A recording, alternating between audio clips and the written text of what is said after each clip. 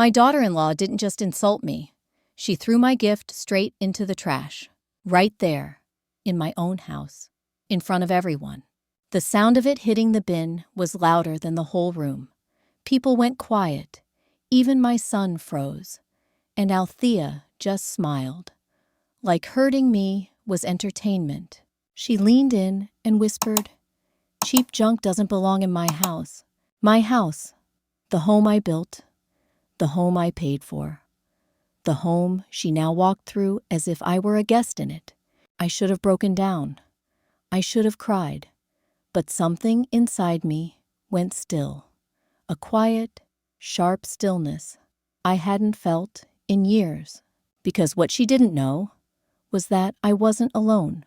Someone had once taught me exactly how to face people like her. Someone who told me, "Don't react, observe. The storm begins in silence." And that day, I finally understood what he meant. What happened next changed everything. When the guests finally left that evening, and the house grew quiet again, I found myself standing alone in the same living room I'd once danced in with my husband. The same floors we sanded by hand. The same walls where we hung our kids' school photos for years. But it didn't feel like my home anymore. Not after the way Althea walked across it, heels clicking like the place belonged to her. Not after the way she threw my handmade scarf into the trash like it was something dirty.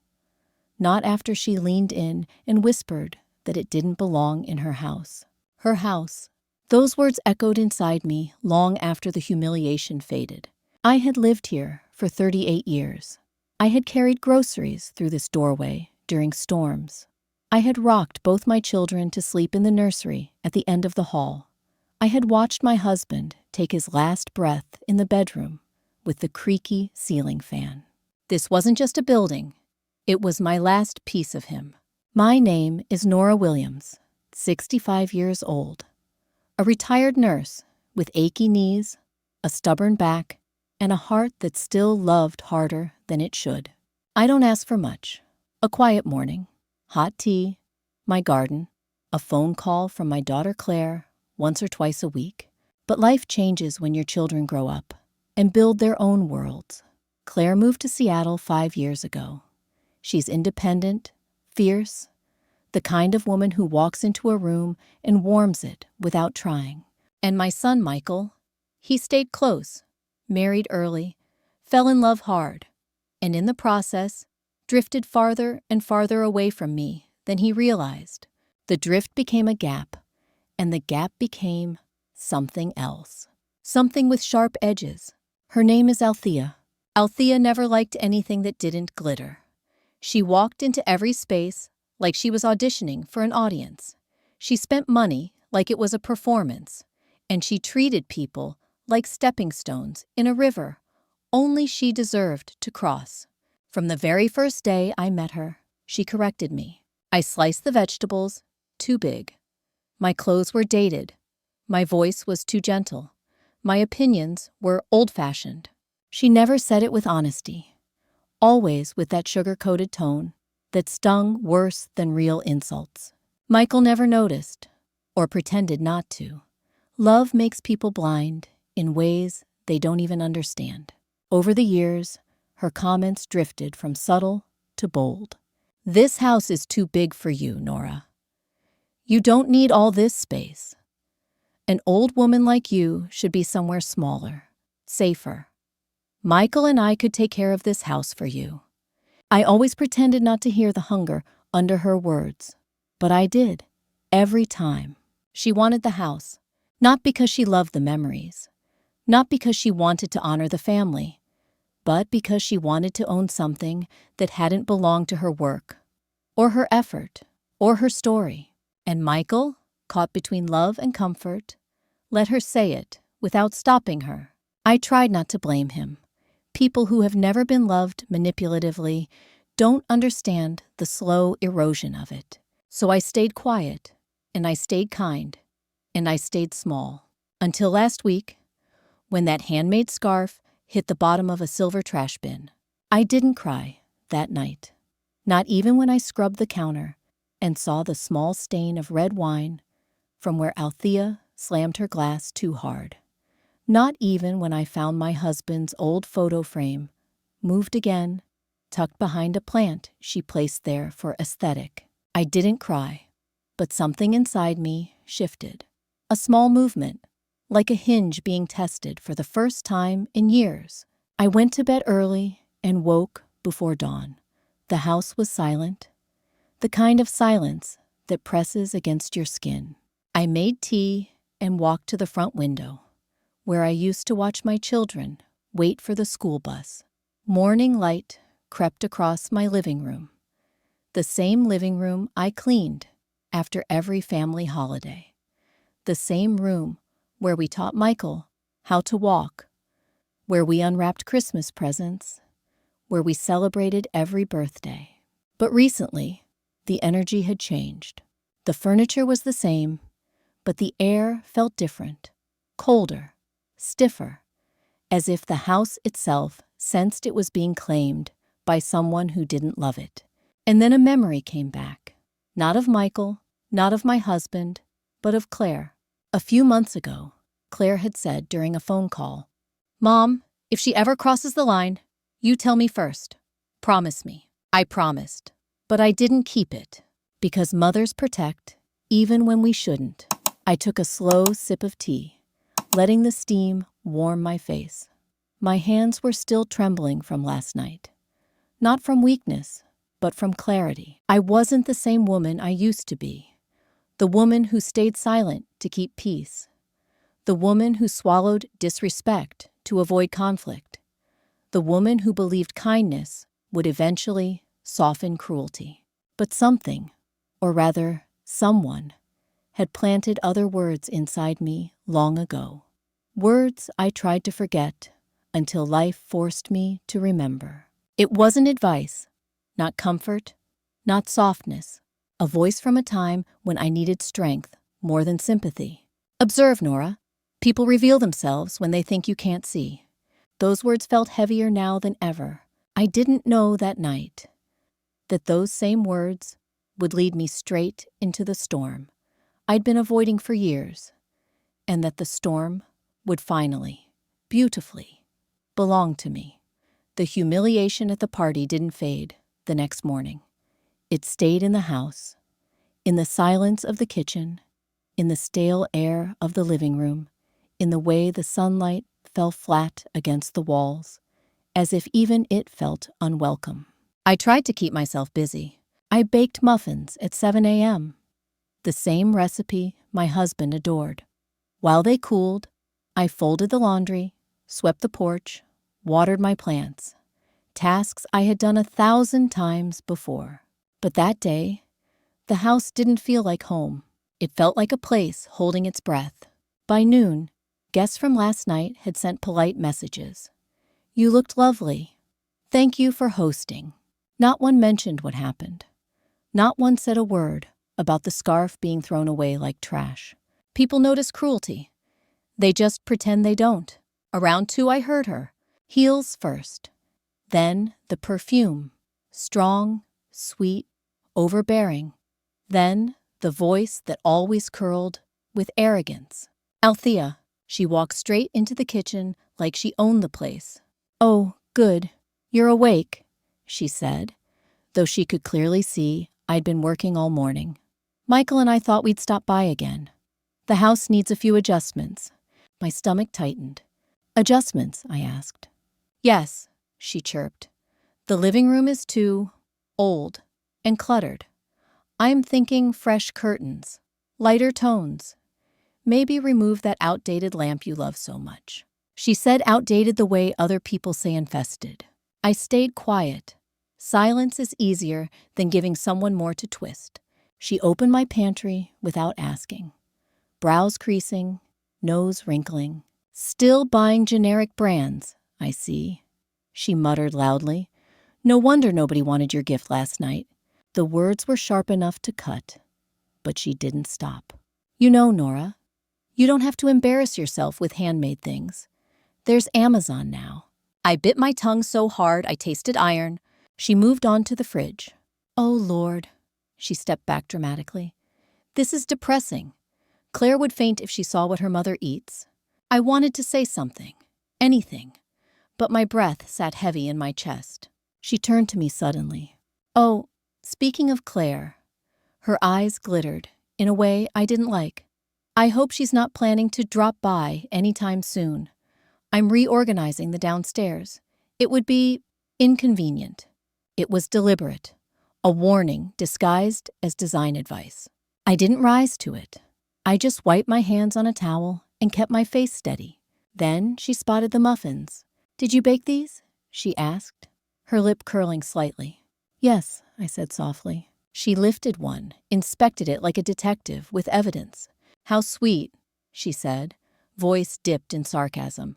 I'll take them. Michael prefers homemade. She grabbed the entire tray without waiting for permission. My throat tightened. That was for the shelter, I whispered. She shrugged. Well, now it's for us. Before I could react, she wandered into the dining room. Her heels made heavy, invasive sounds against the hardwood, the same floors my husband and I had installed. Michael, she yelled toward the door. Come look at this ugly tablecloth. We need to get rid of it. I closed my eyes for a moment, just to breathe, just to steady. When I opened them, she was standing in front of the hallway mirror, posing, adjusting her hair, swaying her hip as if she were the reflection worth admiring. Then she spotted it, a framed photo of my wedding day. That again, she said. It makes the house feel ancient. She reached to move it. My body moved before my mind did. Not that, I said, voice firmer than I expected. Her hand froze mid-air.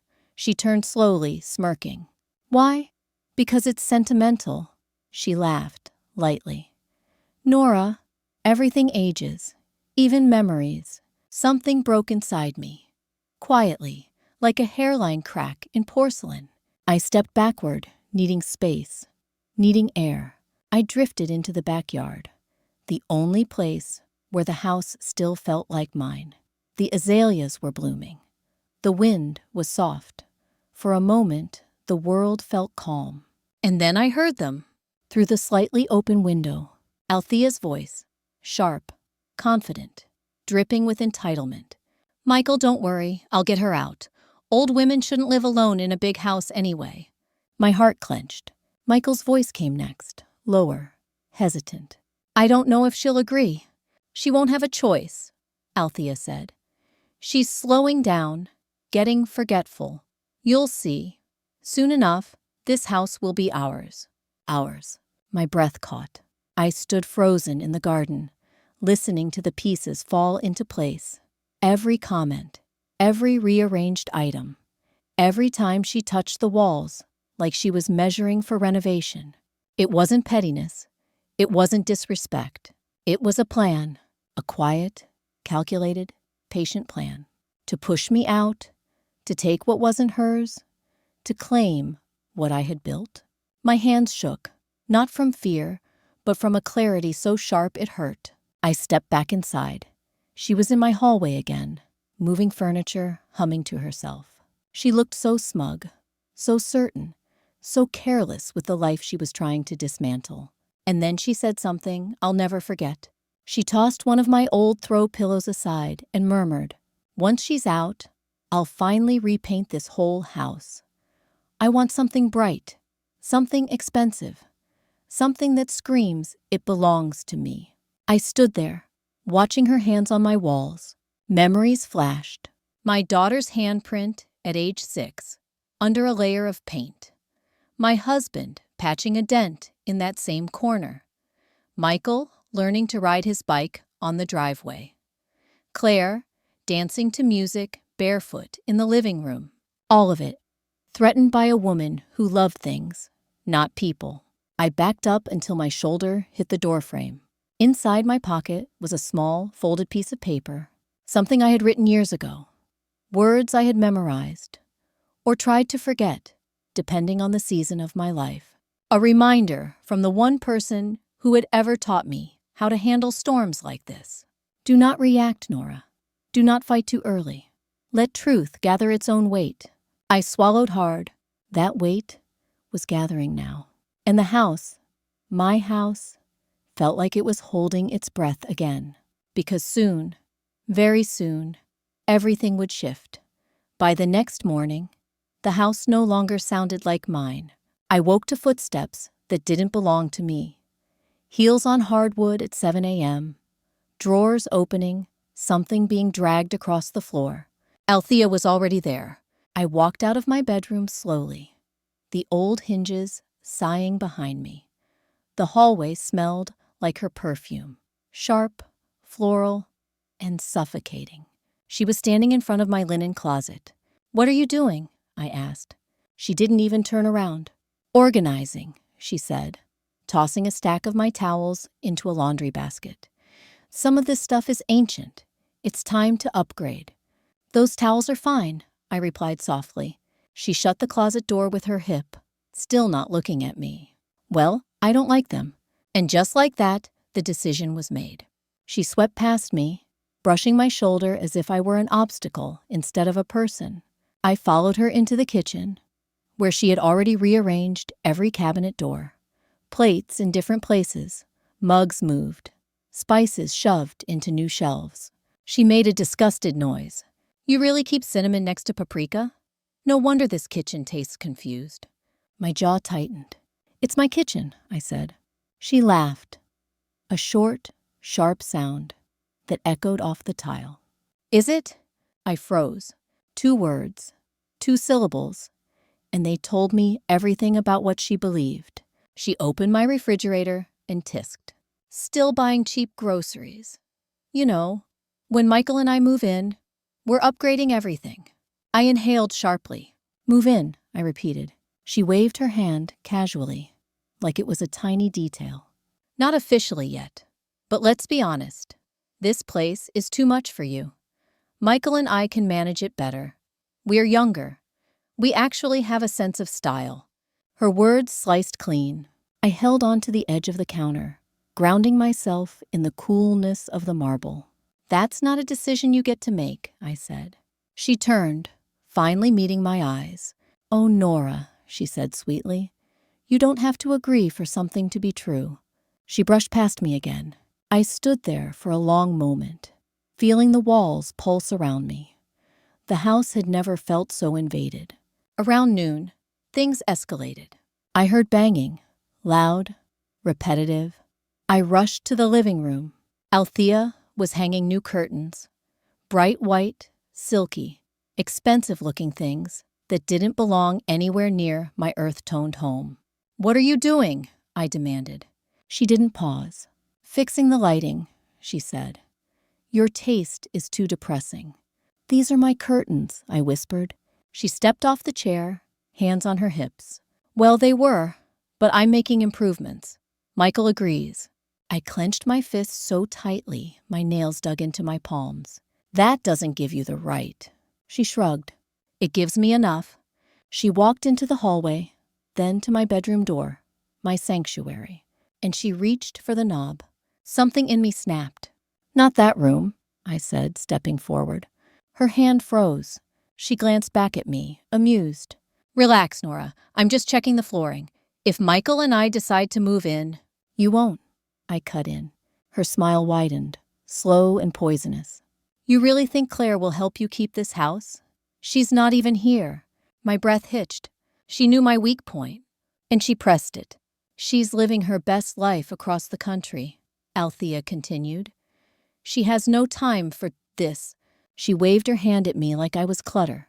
"She won't come back for you the way Michael does." Something in my chest burned. "You don't know my daughter," I said evenly. "I know enough," she replied. She tilted her head, eyes narrowing. "Michael told me you get overwhelmed easily, forgetful, emotional. That's why we're taking over the big decisions." My heart dropped. "Michael said that?" "That's what he told her." Althea watched my expression shift and smiled, like she had just confirmed a theory. "See?" she whispered. "You can't handle the pressure. That's why this house makes more sense with us." Then she turned away and threw one sentence over her shoulder. "Don't worry. We'll let you keep a room." My throat tightened painfully. Not a home, not a place of belonging. A room, a room. Like I was a tenant, a visitor, a burden. The day wore on, and with each hour, she pushed further. She changed my Wi-Fi password, claiming the connection was too slow. She locked the pantry by accident, leaving me unable to reach my own food. She turned off the heater in the guest room I sometimes slept in, saying it was wasting energy. She opened packages addressed to me, new slippers Claire had sent, and said, "You don't need these. I'll return them." Every action was small enough to deny, but sharp enough to wound. By 5 in the afternoon, I found myself sitting on the edge of my bed, breathing through the weight in my chest. My phone buzzed. A message from Claire, "Love you, Mom. Call me if you need anything." I hovered over the call button, but I didn't press it. Not yet. I needed proof. I needed truth. I needed the storm to gather.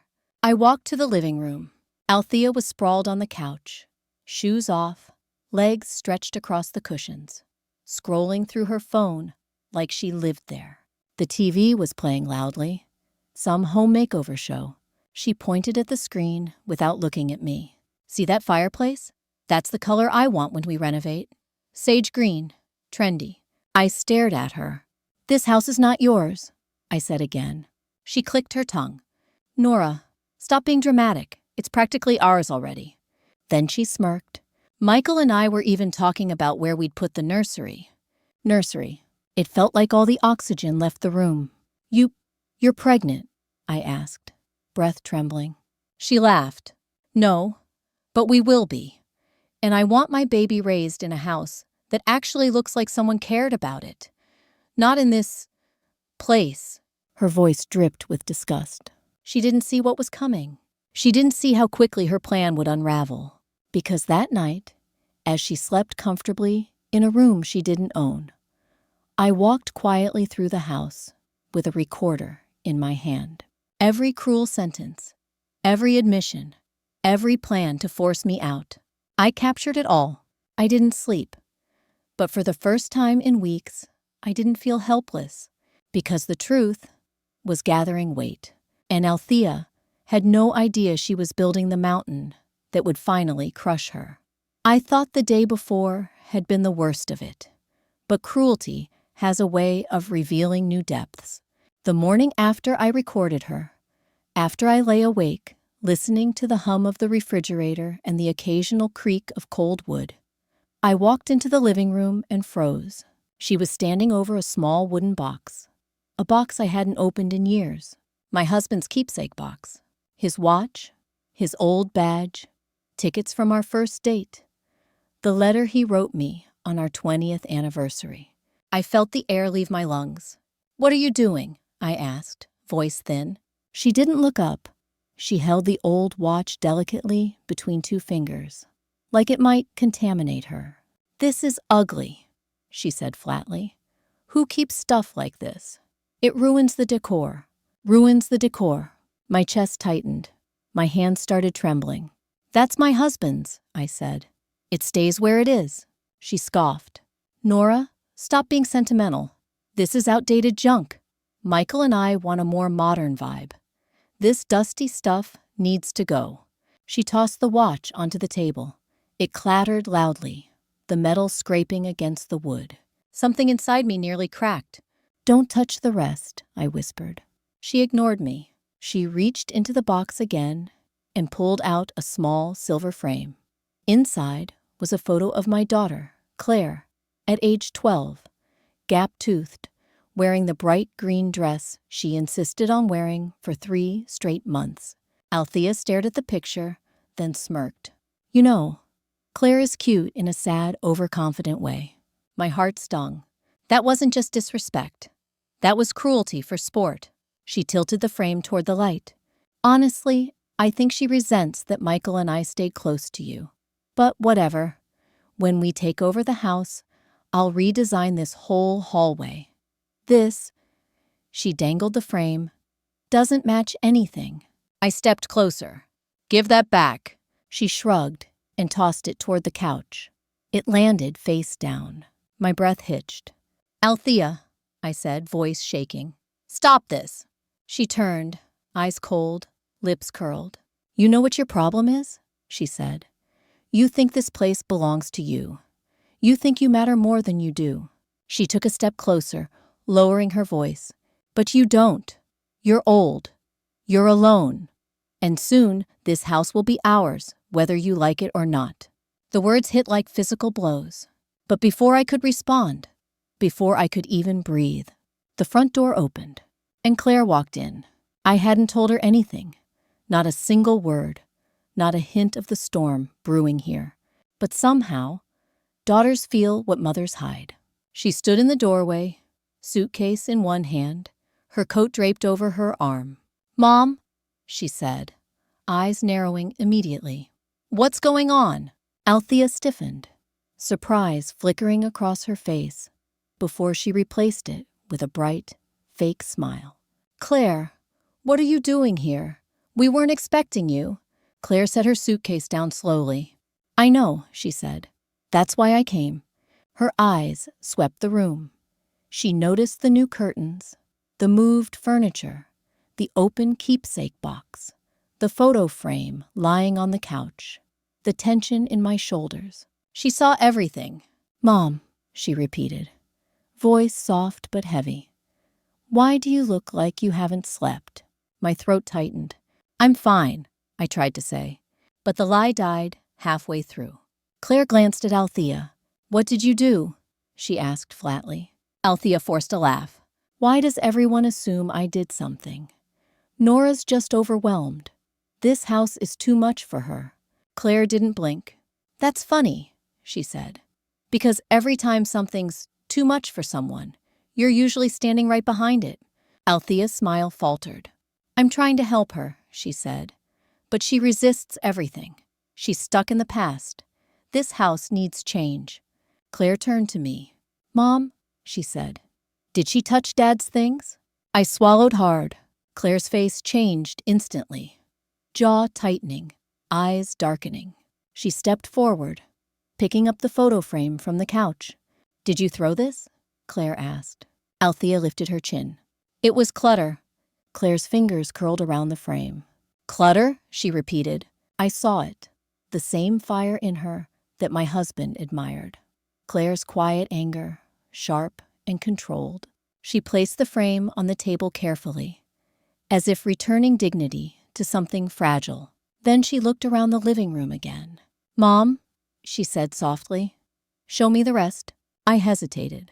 For months, I had carried the pain alone, hidden it, excused it, minimized it. But my daughter was here now. She had come home, and something inside me finally exhaled. I led her to the pantry, locked, to the heater, turned off, to the drawers, rearranged, to the Wi-Fi router, reset, to the packages Claire had sent me, opened and returned. With every step, Claire's fury deepened. Quiet, cold, focused. The kind of anger that didn't scream. It sharpened. Finally, we reached the trash bin. Inside, under a few food wrappers, was the scarf I had knitted for Althea, still folded, still careful, still carrying the warmth of the hours I spent making it. Claire stared at it. "My God," she whispered, "are you kidding me?" Althea appeared behind us, arms crossed. "It was ugly," she said, and I told her that. Claire's head snapped toward her. "That scarf was handmade," Claire said, "by a woman who has given this family everything." Althea rolled her eyes. "Oh, please, don't be dramatic. It's just fabric." "No," Claire said quietly. "It's the last straw." The room went still. You could feel the shift, like the house itself inhaled sharply. "What's that supposed to mean?" Althea asked. Claire turned fully toward her. "It means I'm not leaving until I figure out exactly what you've been doing to my mother." Althea laughed again, the same brittle sound. "What? Rearranging? Organizing? Trying to help her not live like a hermit?" Claire stepped closer. "She hasn't slept. She hasn't eaten. She's shaking, Althea." Althea's smirk vanished. Claire moved past her, eyes scanning the kitchen again. "Where's Mom's medication?" she asked. For the first time, Althea flinched. I don't know. You moved everything else," Claire snapped. "Did you move that too?" Althea opened her mouth, then closed it. Claire nodded slowly. "Thought so." She turned back to me, voice gentler. "Mom, what else happened?" I hesitated. And then, like a dam breaking, the truth came pouring out. Not everything, not the worst parts, but enough for her to see, enough for her to understand. Claire listened, jaw clenching tighter with every sentence. When I finished, she placed a steady hand on my back. "We're not letting this continue," she said. "Not one more day." And for the first time in months, I believed her. Because Claire wasn't just angry. She was ready. And Althea, standing in the doorway with her arms crossed and her confidence slipping. She had no idea that her empire was beginning to crack. Claire didn't shout. She didn't throw insults. She didn't let her voice shake. Her anger came out in a different way. Sharp, measured, and terrifyingly controlled. It was the same tone she used at her job when someone crossed a line. The same tone that made grown adults shrink. She turned away from the trash bin and said, "Mom, stay with me. We're going to check the rest of the house." Althea blinked, fake confusion crossing her face. "What? Why? There's nothing wrong here." Claire ignored her completely. She walked with purpose. To the hallway, to the coat closet, to the utility room. Every step was steady. Every breath was deliberate. I followed behind her, my fingers twisting in front of me. She opened the coat closet. My jackets, neatly hung on the left for years, were shoved into the back. 2 luxury coats, tags still on, hung front and center. Claire pointed. "Did you buy these?" I shook my head. "No." She didn't smile. She didn't react. She just made a mental note and kept going. The utility drawer was next. Bandages, tape, batteries, light bulbs, everything I always kept labeled and organized. It was a mess now. Random items stuffed together, receipts crumpled, medication bottles missing. "Mom," Claire said carefully, "where are your prescriptions?" My chest tightened. "They were here," I whispered. Claire looked at me, and something in her expression changed. A shift from suspicion to certainty. She turned sharply. "Althea," she called, voice low. "Where did you put my mother's medication?" Althea laughed nervously. "Oh my God, I don't keep track of all her stuff. Why would I?" Claire kept staring. Silence stretched. Althea fidgeted, the first crack in her composure. Finally, she snapped. "Why are you blaming me for everything?" She probably misplaced it. Claire didn't blink. "Tell me where it is." Althea's voice raised. "Why don't you relax? You're being dramatic." "You opened her packages," Claire said bluntly. "You rearranged her rooms. You locked her pantry. You threw away her belongings. And now her medication is missing." Althea's mouth pressed into a thin line. Then Claire said the sentence that stripped the room bare. "You want her house." For a moment, just a moment, I saw truth flicker across Althea's face. A naked, unguarded ambition. Then she recovered. "That's ridiculous," she snapped. "This house is falling apart. I'm trying to help." Claire didn't argue. She didn't raise her voice. She simply turned and headed for the master bedroom. Althea panicked. "Wait, don't go in there." Claire stopped mid-stride. "Why not?" she asked calmly. It's messy." "That's fine." "No," Althea insisted, stepping forward quickly. "Michael and I were organizing." Claire walked right past her. My bedroom door creaked open. Claire entered first, scanning everything. The bed was made. The curtains were closed, but my dresser drawers were half open. Clothes thrown around, papers sticking out. Claire approached the dresser, pulling the top drawer open. Inside were bills, dozens of them. Gas, electric, water, home insurance, repairs. All overdue. Claire's jaw tightened. "Mom, why didn't you tell me?" I didn't want to worry you." She shook her head slowly. "This isn't worrying, Mom. This is theft.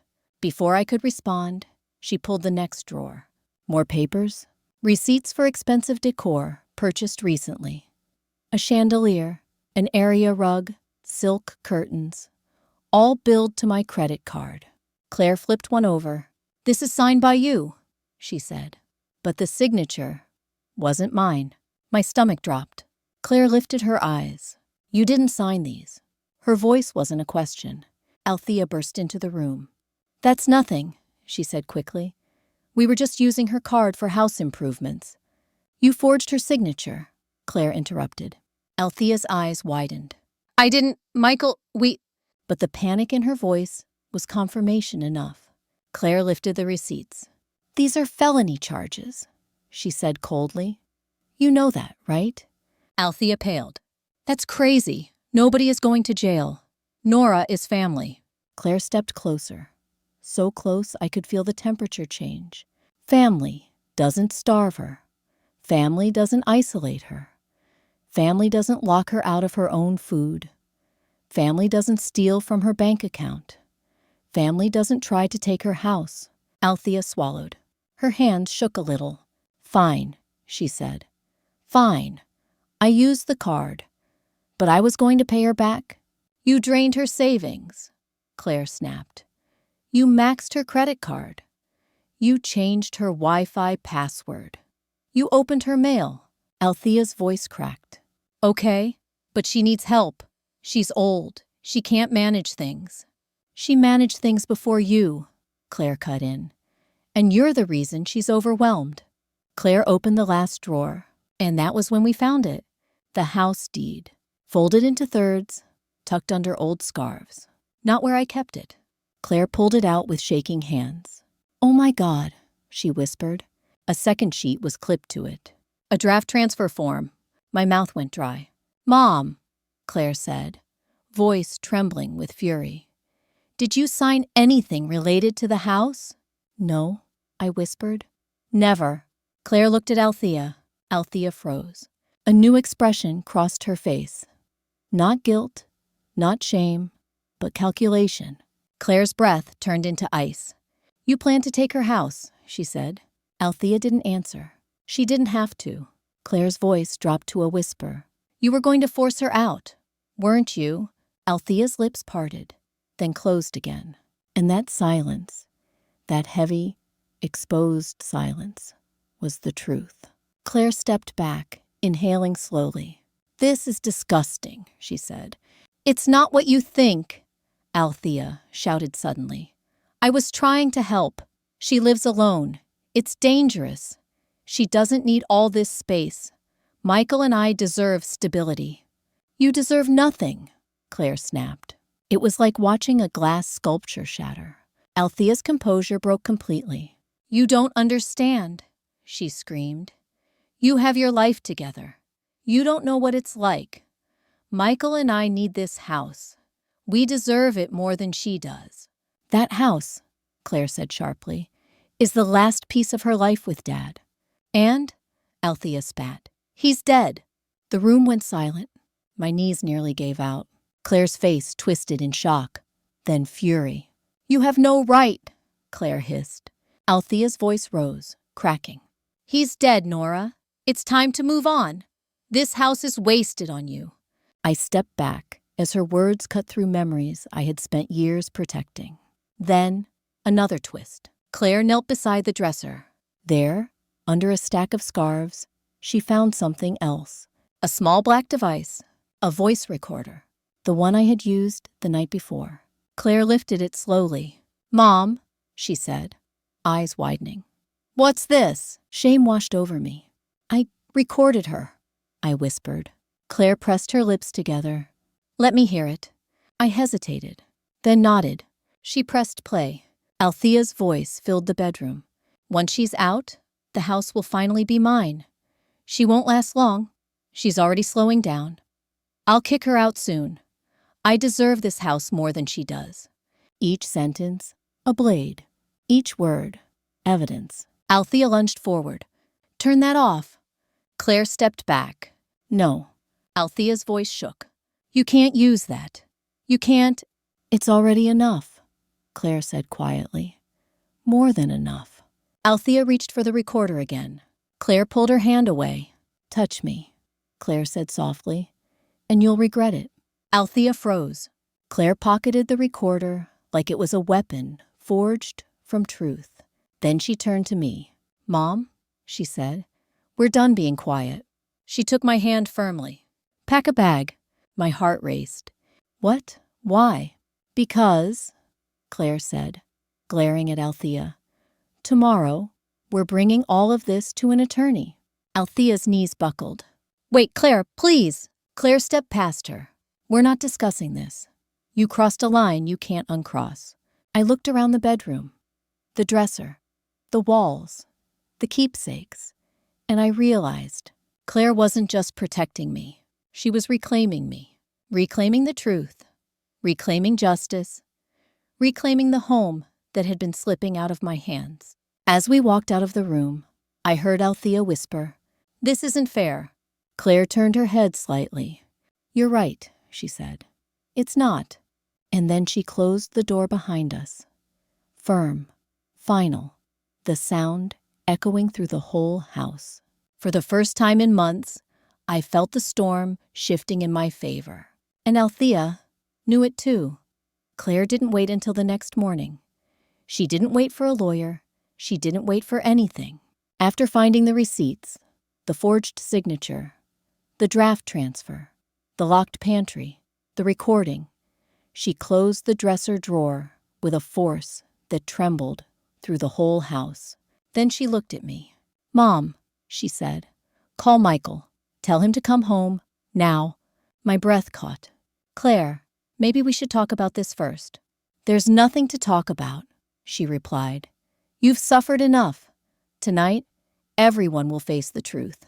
Althea stepped forward, panic showing through the cracks. "Claire, wait. We should calm down and think." "No," Claire snapped. "You should have thought before touching my mother's things." She walked out of the bedroom like she owned the place. And oddly, for the first time in a long time, the house seemed to agree with her. I followed slowly, my knees shaking. Althea hovered behind us, voice trembling. "You can't bring Michael into this. He'll take my side. He always does." Claire turned back sharply. "Then he'll learn who he married." We stepped into the living room, the room where everything had started, the room where my scarf was thrown away, the room where Althea had smiled while humiliating me. Claire walked to the center of the rug, planting herself there. "Mom," she said softly, "sit." I obeyed, lowering myself onto the armchair I had kept since my husband was alive. The air felt heavy. Even the curtains Althea hung seemed to sag under the weight of the moment. Claire crossed her arms. "Mom," she repeated, "call him." My fingers shook slightly, but I dialed. Michael picked up on the second ring. "Hey, Mom, everything okay?" My voice felt trapped behind a wall of fear. "Michael, can you come home? It's important." A pause. "What kind of important?" Claire leaned forward. "Tell him," she whispered, "that it's about the house." I swallowed hard. "It's about the house," I said aloud. Michael inhaled sharply. "All right, I'll be there in 15. Claire ended the call for me. Althea's face turned gray. "Claire, please," she begged. "Let's talk privately." But Claire lifted a hand. "No, we're doing this in the open, exactly where she humiliated my mother." Her voice echoed. Althea flinched. 15 minutes passed, like a coiled spring tightening with every second. No one spoke, no one sat, no one moved except the ticking clock. And then the front door opened. Michael stepped inside, hair messy, tie loosened, brows furrowed with concern. "What's going on?" he asked. His eyes scanned the room. Linger on my tense posture. The open dresser drawers, visible from the hall, Claire's stance, and finally, Althea's pale face. "What happened?" he repeated, voice growing uneasy. Claire didn't waste time. "Sit." Michael blinked. "Claire, sit." He sat. Althea hovered closer to him instinctively. Claire stood in front of them, shoulders squared. "Michael," she said quietly, I need you to listen, and I need you to stay quiet until we're done. Michael looked between us. Okay. Claire held up the receipts first. These, she said, were charged to Mom's card. Thousands of dollars. Home decor, luxury items, electronics. None of which she bought. Michael frowned. That can't be right. Mom, did you? His voice trailed off. He already knew I hadn't. Then Claire held up the forged signature. This is supposed to be Mom's signature, she said. It's not. Michael looked closer, eyes widening. What the? Althea, did you sign this? Althea straightened. It was for the house, Michael. She needed help. Claire didn't let her finish. And this, she held up the folded paper, is a draft of a property transfer. For Mom's house. Michael's face drained of color. What? Why is this? Althea, explain this right now. Althea opened her mouth, but no sound came out. Claire stepped closer. Maybe this will help you remember. She pulled out the voice recorder. Althea lunged. No. But Claire pressed play. Althea's voice filled the room like poison. Once she's out, the house will finally be mine. She won't last long. I'll kick her out soon. She doesn't need this house. I do. It'll be ours. Michael will understand eventually. Michael's body jerked as if physically struck. His eyes moved slowly from the recorder to Althea, to the scarf in the trash bin behind the counter.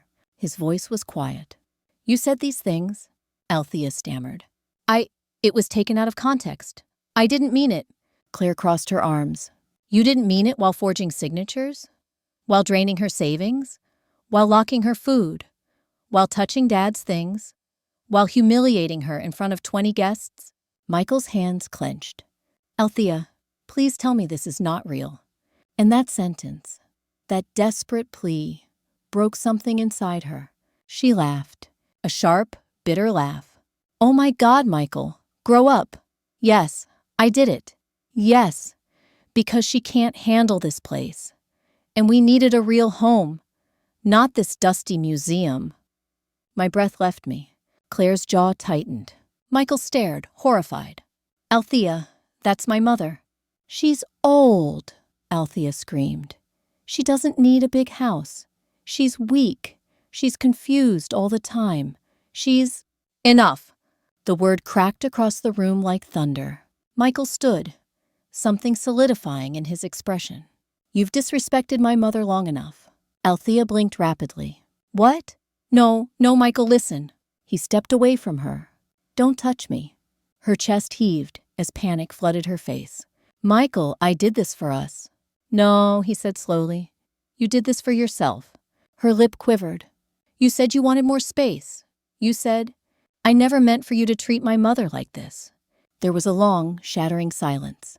Althea's composure crumbled. Her mascara smudged. Her hands shook. Michael, please. I didn't know what else to do. Claire's voice sliced through. You could have not tried to steal her house. Althea spun toward me. You're ruining everything. You could have moved out quietly. You could have let us take care of the house. My heart twisted. You threw away the scarf I made you, I whispered. For a reason, she shouted. It was ugly. Claire stepped forward. Say one more word, she warned, and you'll be thrown out of here faster than you can blink. Althea's breath hitched. I stood. For the first time in a long time, I stood straight. I need to say something, I said quietly. The room stilled. I looked at my son first. Michael, I whispered, this house isn't just walls. It's memories. It's the only place where your father still feels close. His eyes shimmered. Then I turned to Althea. You wanted to take my home. She swallowed hard. But you forgot something. I took a deep, steady breath. I'm not alone. Claire moved to stand beside me. Michael looked down in shame. And in that silence, that pulsing, heavy quiet, I heard a voice inside me, a memory, clear as day. Silence is not weakness. It is the moment before the storm. I met Althea's eyes. And the storm, I said, is here. Her lips trembled. No, please, we can fix this. But the truth was already in the center of the room. Exposed, undeniable, recorded, written, spoken, and nothing she could say would save her now. Claire turned toward her. "Tomorrow," she said coldly. "Mom and I are meeting with an attorney." Michael didn't argue. He didn't defend his wife. He simply whispered, "Mom, I'm so sorry. I didn't see it." I reached out, placing a trembling hand on his cheek. "I know," I said, "but now you do." Althea sank onto the couch, eyes red, body shaking, her plan collapsing in the same room where she thought she had already won. But this was only the beginning, because justice had finally entered the house. Althea was still trembling on the couch when Claire took the house deed and the forged signatures and placed them neatly inside a folder she held like a weapon sharpened over days. "Mom," she said, "go change. We're leaving in 10 minutes. My breath caught. "Leaving? Now?" Claire nodded. "I'm not letting you sleep another night under the same roof as someone who wants you gone." Michael looked up, guilt flooding his face. "Claire, maybe we should talk this through." "No," she said. "We've done enough talking. Mom deserves action." For the first time in years, I felt something warm in my chest. Pride, maybe. Strength. Or the feeling of finally being seen. I stood, legs steady this time. "I'll get my coat." As I walked down the hallway, I heard Althea hiss, "You can't just take her. This is my home too." Claire's reply was ice cold. It never was. When I returned, I found Claire standing by the door and Michael pacing back and forth. Althea stood near the fireplace, face pale, mascara smeared. She tried desperately to regain control. "Nora," she said quickly, "you're making a mistake. We just need to talk." I raised a hand. "No." The word stunned even me. "I have talked," I said softly. "I have listened. I have bent. I have swallowed disrespect for months." My voice wavered, but it didn't break. "But I will not bend anymore." Althea blinked fast, tears clinging to the edges of her lashes. "You can't do this to me, Nora. That's the difference," I said. "I'm not doing anything to you. You did it to yourself." She reached toward Michael. "Say something. Tell her she can't leave." Michael looked at her, then at me, and I could see it, the guilt crushing him from the inside. "Althea," he whispered, "I can't defend you anymore." She jerked back like he'd slapped her. "You're choosing her over me?" "She's my mother," he said quietly. "And you tried to take her home." Althea's face twisted. "I needed it. We needed a future. You promised." "You stole from her," Michael snapped. "You forged her name. You lied. You hurt her, Althea." She looked around frantically, as if searching for some invisible exit. "This isn't fair," she cried. "She had everything. I had nothing. I deserve—" Claire stepped forward. "Deserve?" she repeated. "You deserve the police. Be grateful Mom is more merciful than you." Althea froze. "Police." The word sucked the air out of her lungs. "Michael," she whispered. "Tell them no. Tell Claire to stop. Tell—" But Michael didn't move toward her. He moved toward me. "Mom," he said softly, "let me help you to the car." And that was when Althea truly broke. Her knees gave out, and she collapsed onto the rug. "No!" she screamed. "I won't let you leave. I won't—" Claire pulled out her phone. "One more outburst, and I'm calling emergency services." Althea went still, shaking, breathing hard, eyes filled with a desperation no one could rescue her from. I walked past her slowly, and she whispered, "You're choosing them over me." I paused, turned slightly. "I'm choosing myself," I said. Then I stepped out the door. Claire drove. I sat in the passenger seat, holding the folder in my lap. The streetlights blurred past. For the first time in months, I felt air move freely in my lungs. Michael followed behind us in his car. No one spoke. When we arrived at the hotel, Claire checked us in with the quick confidence of someone who had done this many times for work. In the room, she helped me sit on the bed, and finally, allowed herself to breathe. Then she knelt in front of me. "Mom," she whispered, "I'm sorry. I should have come sooner. I should have seen it." I cupped her cheek gently. "You came when I needed you," I said. "That's all that matters." Michael arrived moments later, looking exhausted. "Mom," he said, voice cracking. "I didn't know. I swear, I didn't know." I reached for his hand. "I believe you," I said softly. "But now that you do, what you choose next matters." His shoulders sagged. "I'll handle it," he whispered. "I'll fix this." Claire stood. "Tomorrow morning," she said, "we meet with an attorney." "Tomorrow?" Michael asked. "Yes," Claire said firmly. "The longer we wait, the more danger Mom is in." I looked at the two of them, my children, united for the first time in a long time, and felt something in me uncoil. But then another thought crept in. "What if she doesn't leave the house?" I whispered. Claire met my eyes. "Oh, she will." "How do you know?" I asked.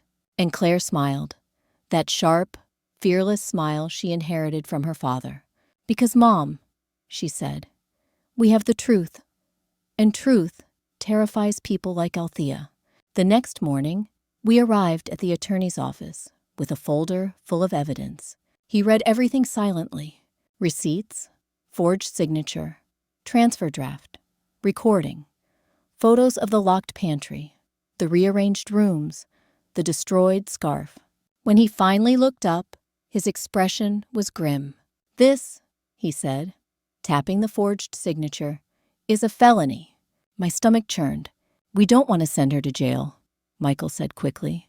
The attorney nodded. "Then we use the leverage, not the charge. We push for a civil agreement." "What kind?" Claire asked. "One that gives Nora complete control," he said, "and forces Althea to leave the property immediately." A strange strength filled my chest. "Do we have enough evidence?" I asked. He leaned back. "More than enough. This is elder financial abuse, property fraud, coercion, and emotional harm." Michael winced. Claire squeezed my hand, and, the attorney added, lifting the voice recorder, she confessed in her own voice. We left the office with a plan, not revenge out of anger, but reclaiming what was stolen out of survival. We drove back to the house. Michael's jaw was clenched the whole time. Claire sat forward, ready. I felt something powerful in me, something I hadn't felt since my husband was alive. Strength. When we pulled up, Althea was sitting on the porch steps, hair messy, face swollen from crying. She stood quickly when she saw Michael. "Baby," she said, running toward him. "Thank God." He stepped back. She froze. "We need to talk," he said coldly. Her voice cracked. "Michael, please. I was scared. I didn't sleep. I thought you weren't coming back." Then she turned to me. Nora, I'm sorry. I really am. Just please, don't throw me out. I can change. I'll be better. Claire walked forward. "Stop," she said sharply. "Just stop." Althea's mouth closed. Claire handed her a paper. "What's this?"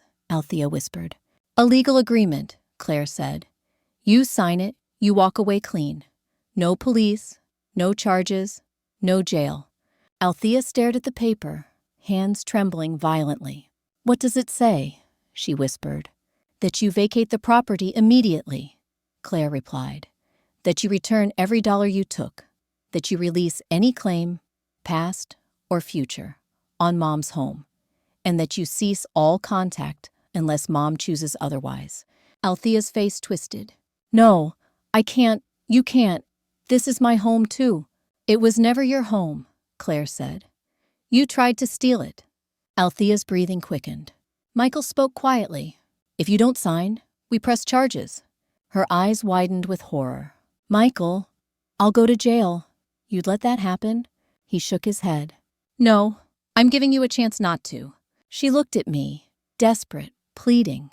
"Nora, please, you wouldn't do that to me. You're kind. You're gentle. I lifted my chin. "I was kind," I said. "I was gentle. And you mistook it for weakness. Her voice cracked. Please. I met her eyes. You threw my gift away, I said softly. In front of everyone. She shook her head violently. I was angry. No, I said. You were cruel. And then I said the line that had been building inside me for weeks. You tried to take everything from me. But today, I am taking it back. Althea's knees buckled. Michael handed her a pen. Hand shaking, breath scattered, she scribbled her name. When she finished, the air in the room shifted, like a storm ending. Claire took the paper from her, folded it neatly, and said, You can pack whatever you came with. Nothing more. Althea sobbed. I loved you, she whispered to Michael. He didn't answer. He simply stepped aside, giving her space to leave. She dragged herself inside, gathered her things, and walked out of the house she tried to steal, but never truly owned. And as she stepped onto the porch, a memory rose inside me, a voice I hadn't heard in years. Revenge is not triumph over others. It is reclaiming what was stolen from your soul. As Althea's car pulled away, I placed a hand on the doorframe of my home. My home, finally mine again, finally safe, finally free. When Althea's car finally disappeared around the corner, the house fell into a silence I hadn't heard in months. Not a fearful silence, not the heavy, suffocating quiet she brought with her. This silence was clean, like the first breeze after a storm. I stood at the doorway for a long moment, my hand resting on the frame she once claimed she would repaint. The morning sun spilled through the windows, touching the furniture, the walls, the old family photos, as if reminding me they were still mine. Michael stepped beside me. His face looked years older, chest heavy with guilt. Mom, he whispered, I don't know how to apologize for all of this. I turned slowly. I don't need you to apologize, I said softly. I just need you to see. He swallowed hard, tears gathering in his eyes. I see now, he said. I see everything. And for the first time since he was a boy, he leaned his head gently on my shoulder. My heart cracked open, not from pain this time, but from the slow rebuilding of something we both thought we had lost. Claire walked through the house with a quiet purpose, as if trying to understand the damage one last time. She touched the walls, straightened a photo frame, picked up the knitted scarf from the trash, and held it like something sacred. When she joined us in the living room, she placed the scarf in my hands. Keep this, she whispered. It survived her. So did you.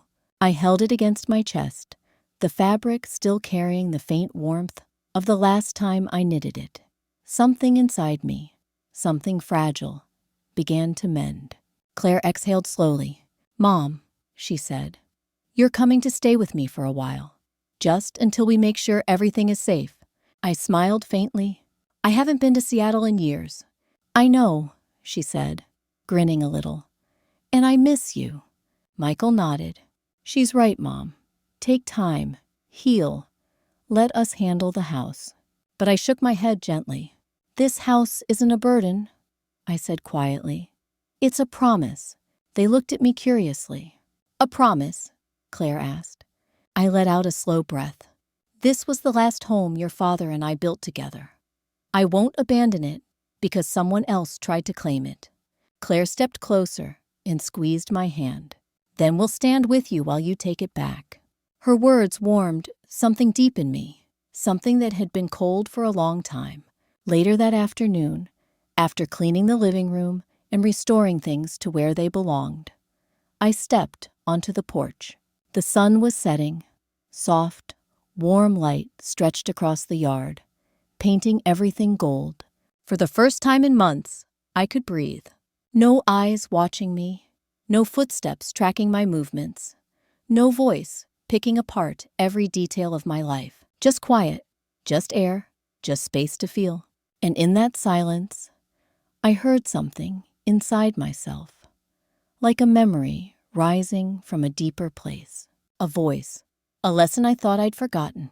Justice doesn't roar, Nora. It arrives quietly.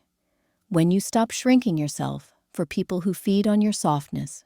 For a moment, I closed my eyes. I remembered where I first heard that voice.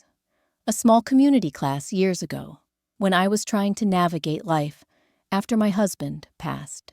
A guest speaker, with calm eyes and a grounded presence. A man who spoke not about forgiveness first, but about boundaries. Orion Sage. He never told people to be good. He told them to be awake. And I realized now, standing on my porch with the wind brushing my cheek, I had awakened. Maybe not loudly, maybe not perfectly, but fully. I opened my eyes as Claire stepped outside. "Mom?" she asked. "You okay?" I nodded. "I'm more than okay," I whispered. "I'm finally home." She leaned against the railing beside me. "You know," she said softly, "I think Dad would be proud of you." The words sank deep. Michael joined us moments later, the three of us standing together as the last streaks of daylight faded behind the trees. We didn't talk much. We didn't need to. The quiet between us wasn't heavy anymore. It was warm, like a blanket wrapped around old wounds, letting them breathe. As night settled, Claire placed a hand on my shoulder.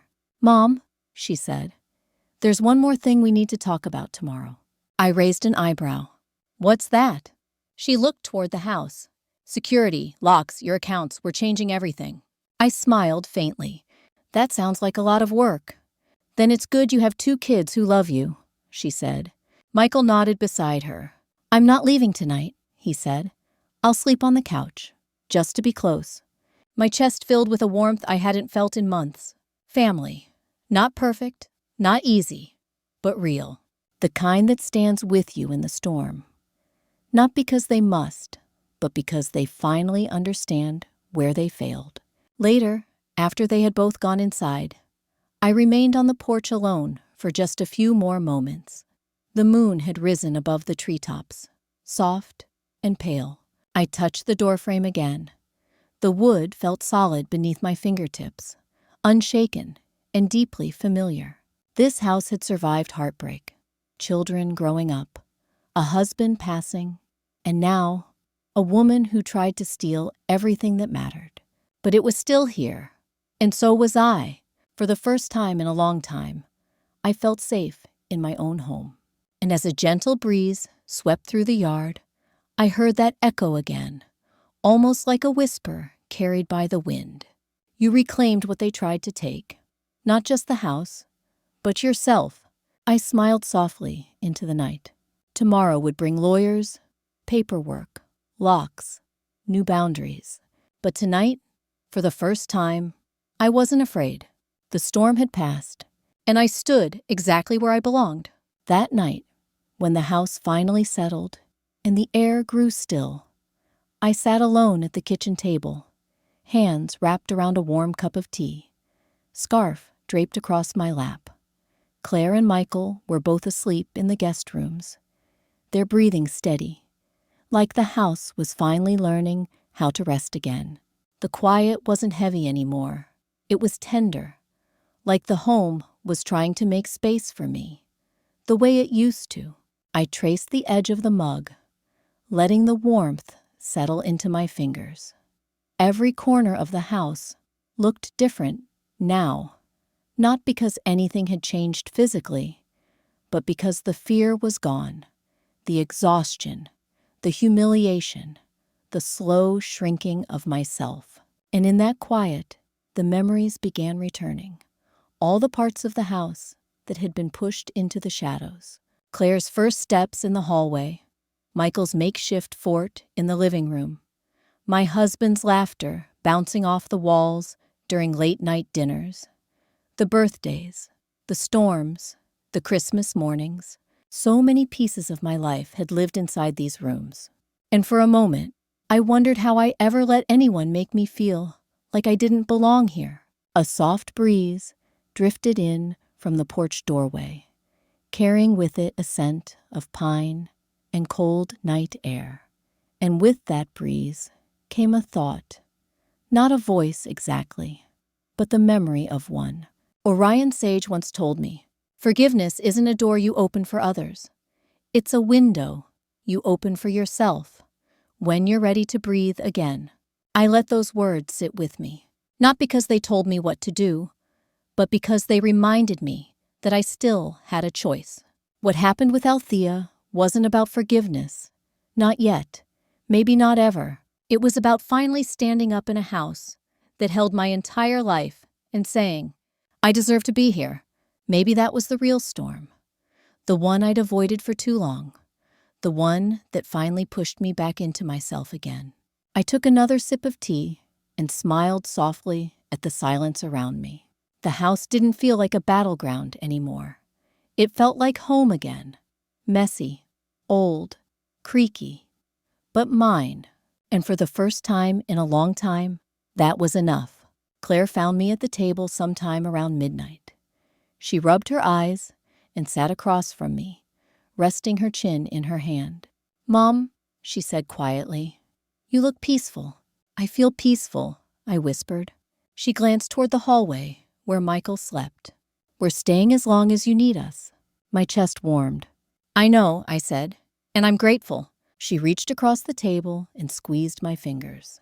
We won't let you go through anything like this again. Tears pricked the corners of my eyes. Thank you, I whispered, for coming home. For seeing me, Claire smiled.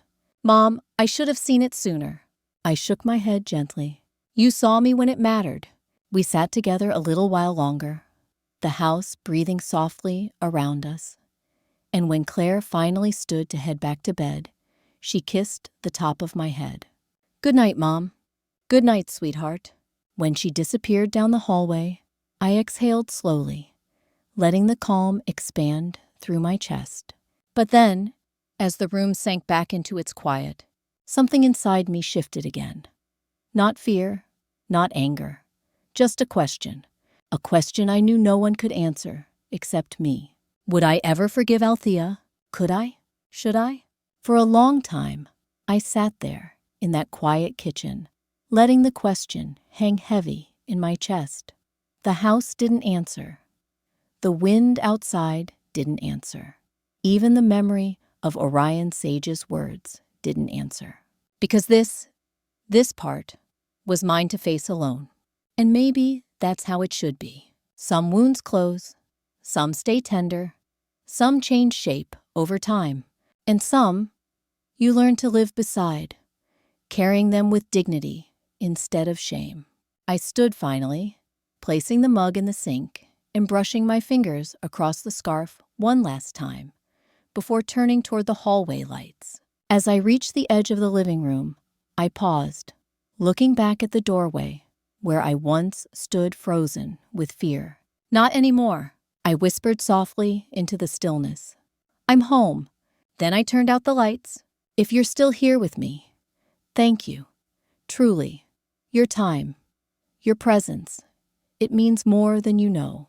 But let me ask you something, because I still don't have my answer. If you were in my place, would you forgive my daughter-in-law or let her face the consequences alone? Tell me what you would have done. I want to hear it. And if this story touched you, your like might help it reach someone who needs strength tonight. If you want to join me for more real stories and more quiet wisdom from Orion Sage, you're welcome to stay. You're welcome to subscribe. The door is open, always.